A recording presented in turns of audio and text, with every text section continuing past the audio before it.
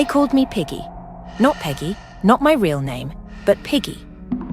Because why not?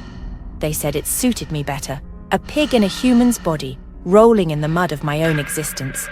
I laughed along at first, pretending it didn't sting when Hannah joked about me breaking a chair in the cafeteria, or when Derek snorted every time I walked by. But no amount of pretending could dull the edge of their cruelty.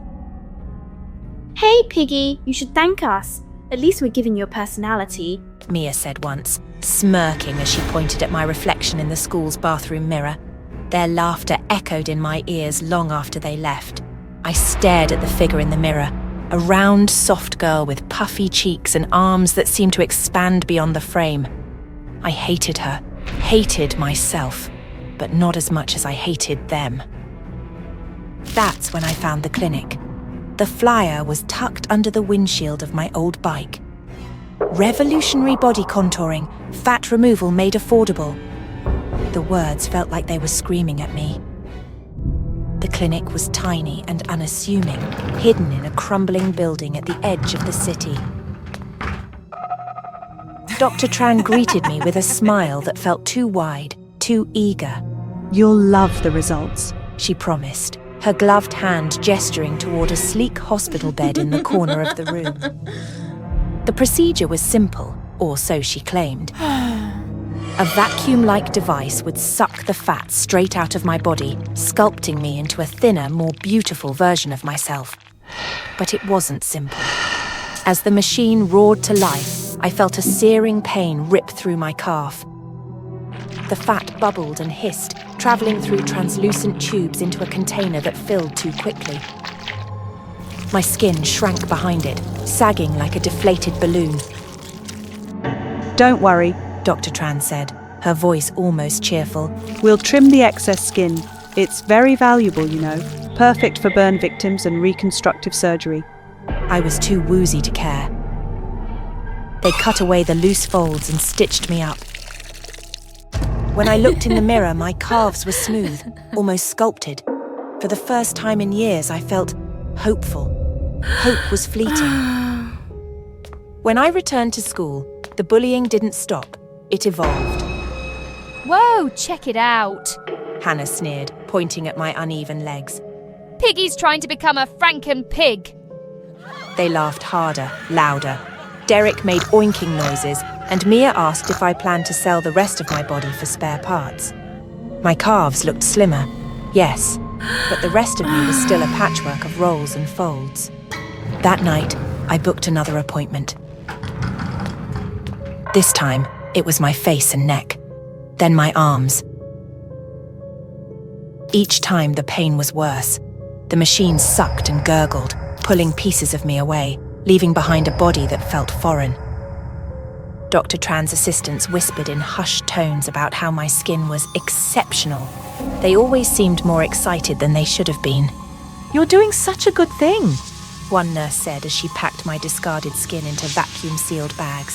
So many patients will benefit from your donations. Donations? I hadn't signed up for charity, but when they waved away my bills, assuring me that my contributions covered the costs, I didn't complain. Then I had an idea. Why stop with just removing my fat? Why not use my newfound value to teach them a lesson? The plan unfolded in my mind like a perfect script. It started with Derek. I waited for him outside the gym, clutching the bottle of acid I'd bought online. One quick splash, and his screams filled the parking lot. Next was Mia, then Hannah. Each of them writhed under the burning chemical, their once perfect faces and bodies turning into melted canvases of raw, exposed flesh. But I wasn't done. Feigning concern, I rushed them to the clinic. Dr. Tran examined their injuries, her lips tightening. We don't have enough graftable skin for all of them, she said, shaking her head. Not unless... Her eyes flicked to me. I knew what she was thinking. They begged. Hannah, whose words once cut me deeper than any scalpel, clasped her blistered hands together and sobbed. Please, Peggy, we'll pay anything. Just help us. Derek offered his entire savings. Mia couldn't even speak. Her tongue had been burned. but her tear-filled eyes said enough. "I suppose I can spare some," I said, pretending to hesitate. I scheduled the procedure for my stomach. As the machine sucked out the last vestiges of my once round belly, I imagined their faces, their desperation. Dr. Tran's team worked tirelessly to graft my skin onto their wounds. The process was excruciating. For them, of course. They screamed as the stitches pulled tight, as my flesh fused with theirs. I watched from the observation window, biting back laughter. But even after sacrificing so much, it wasn't enough. You'll need more. Dr. Tran explained. Their injuries are too extensive. That's when the arrangement began. My former tormentors, now grotesque patchworks of my flesh, started feeding me. They brought calorie-dense meals, forcing me to eat until my stomach ached. I gained weight quickly, my body swelling back to its old size. But this time I didn't mind. The more I grew, the more they suffered. They watched with hollow eyes as I laid on the table again and again, their futures quite literally growing on my skin. Now, we live in a fragile truce. Hannah, Derek, and Mia hover around me, desperate to keep me alive, healthy, fat. They need me. I'm their savior, their supplier, their punishment, and I've never felt more beautiful.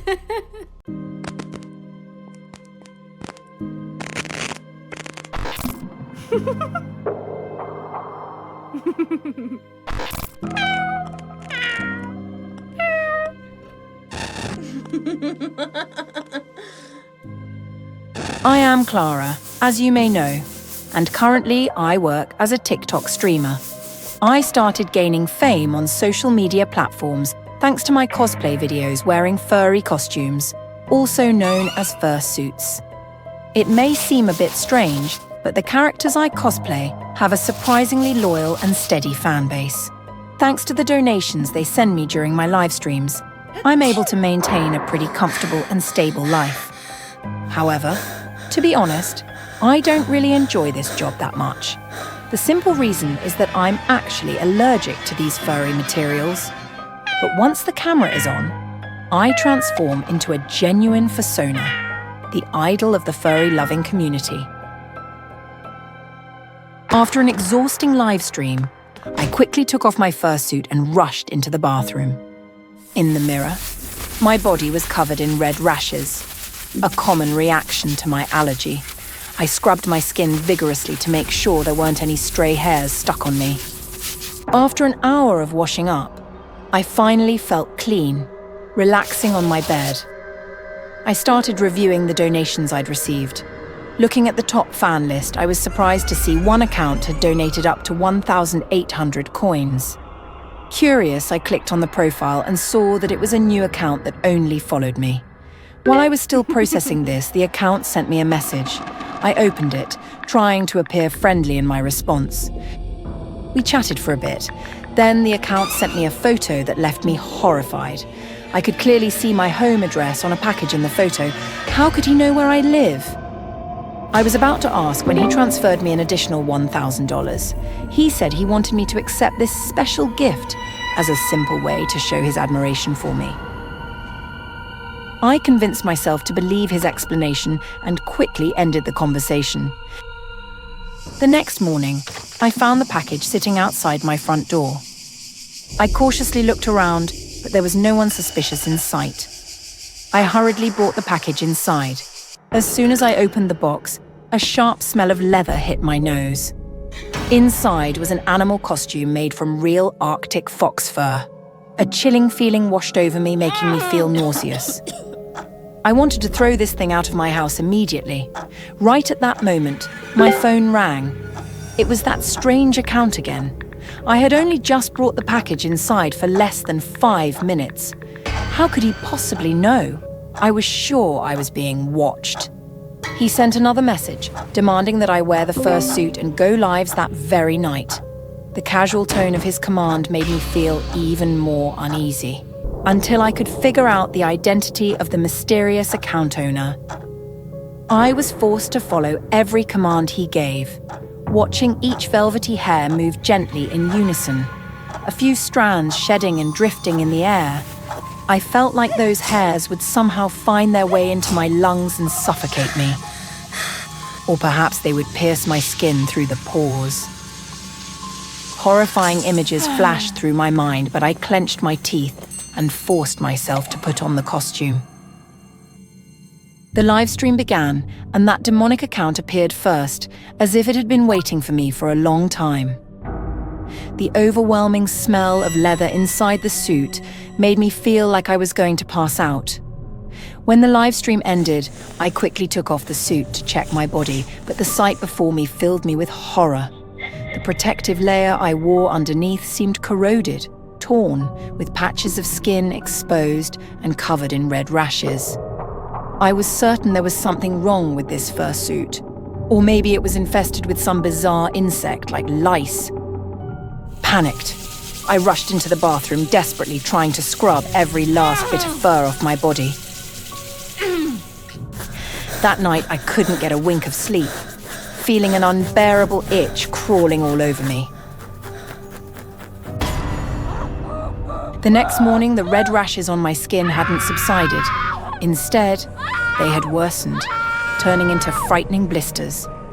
I quickly looked for my allergy medicine, only to realize I had already used it all up last night. And then came that damn Love Clara account again. He asked if I had been itching all night. I was sure he knew about my allergy to fur. I was furious and desperate to uncover his identity. Just then, he sent me a video clip, a part of my past I wanted to bury forever. The clip that went viral in the furry community was, in fact, the very same one filmed and uploaded by the bullies from my high school days as a twisted trophy. They mocked my chubby figure and large chest, thrilled to capture my allergic reaction to fur on camera. They took my suffering as their entertainment. It's ironic, but those very clips made me famous. I dropped out trying to escape that school and started streaming to make a living. Now those bullies have come back, trying to ruin my life all over again. The bully demanded that I wear the fox suit and go outside. Fearing he might publicly expose something even more humiliating, I reluctantly obeyed. I walked, keeping an eye on my surroundings, trying to rush to the pharmacy as quickly as possible. After finally buying allergy medication, all I wanted was to get home, wash up, and get rid of the itching all over my body. But just then, a crowd surrounded me. Cameras pointed at me from all directions, scaring me as people's faces lit up with excitement, each one shouting my name, claiming to be a fan, asking me to perform for them. I wanted to run, but I knew this had to be part of the bully's plan, and he was probably hiding somewhere within the crowd. So, I had no choice but to stay and start dancing as they requested. I could feel the blisters on my body bursting one by one. The itchiness faded, replaced by a burning, stinging pain. I stood there dancing endlessly like a soulless puppet, feeling no pain, no exhaustion, because in front of me were my genuine fans. Without their love, I had nothing left. I danced until my body could no longer stand, and the shadows closed in around me. When I regained consciousness, I found myself lying in a hospital bed. I tried to take off the fur suit, but I couldn't. The costume had fused with my raw, damaged skin. Each strand of fur seemed to be growing directly from my flesh. I had become a real furry.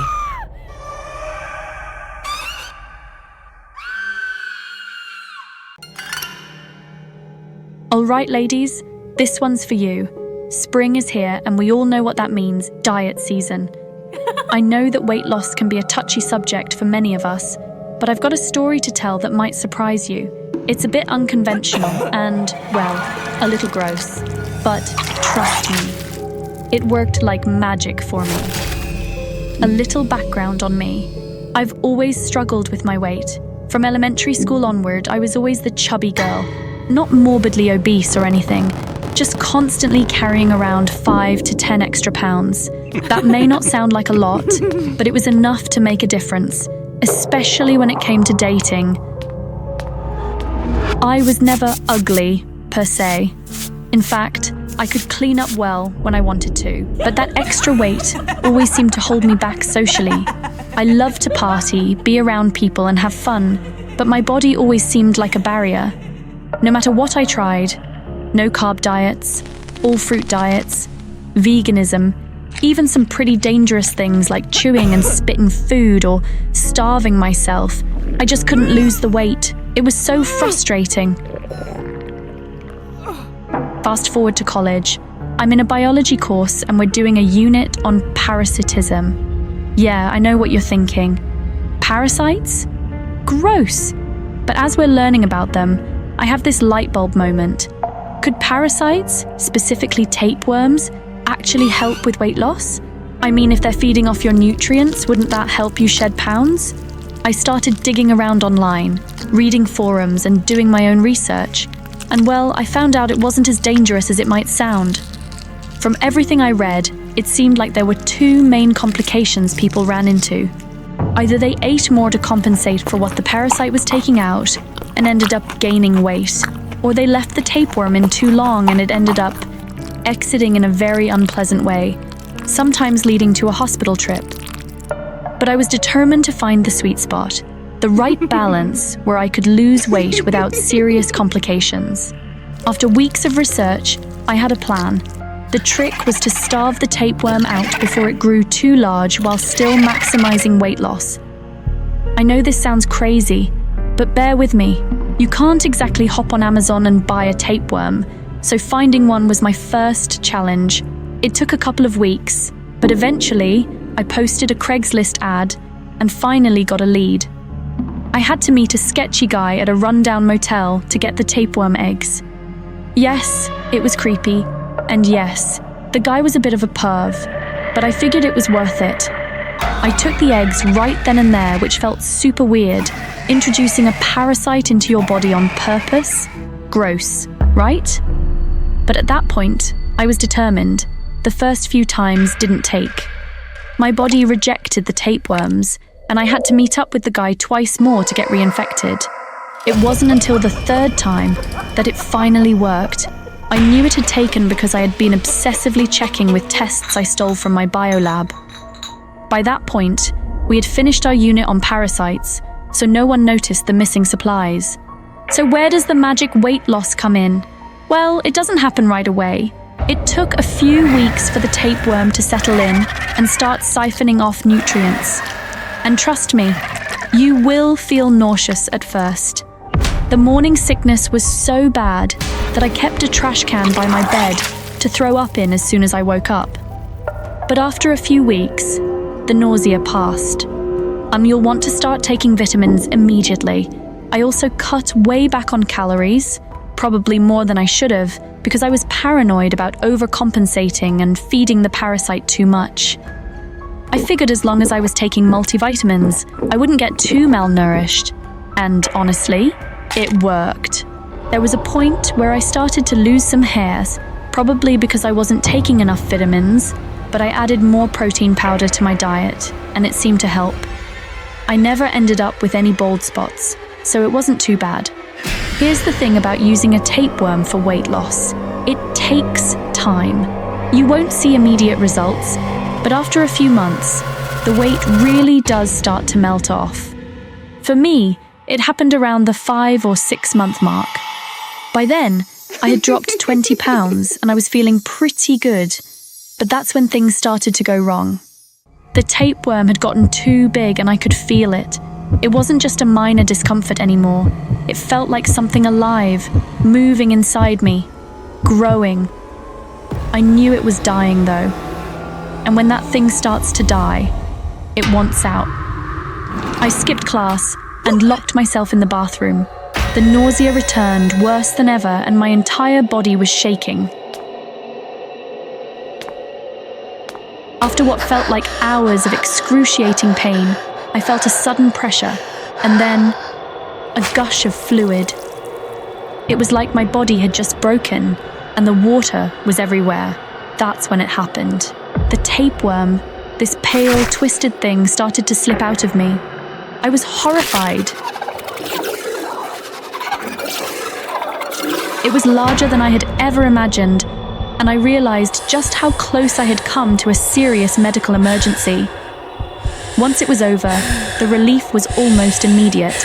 After the tapeworm was out, I felt lighter, not just physically, but mentally too. The last of the water weight dropped off within a week, and after a couple more months of healthy eating and vitamins, I was finally able to get back to normal life.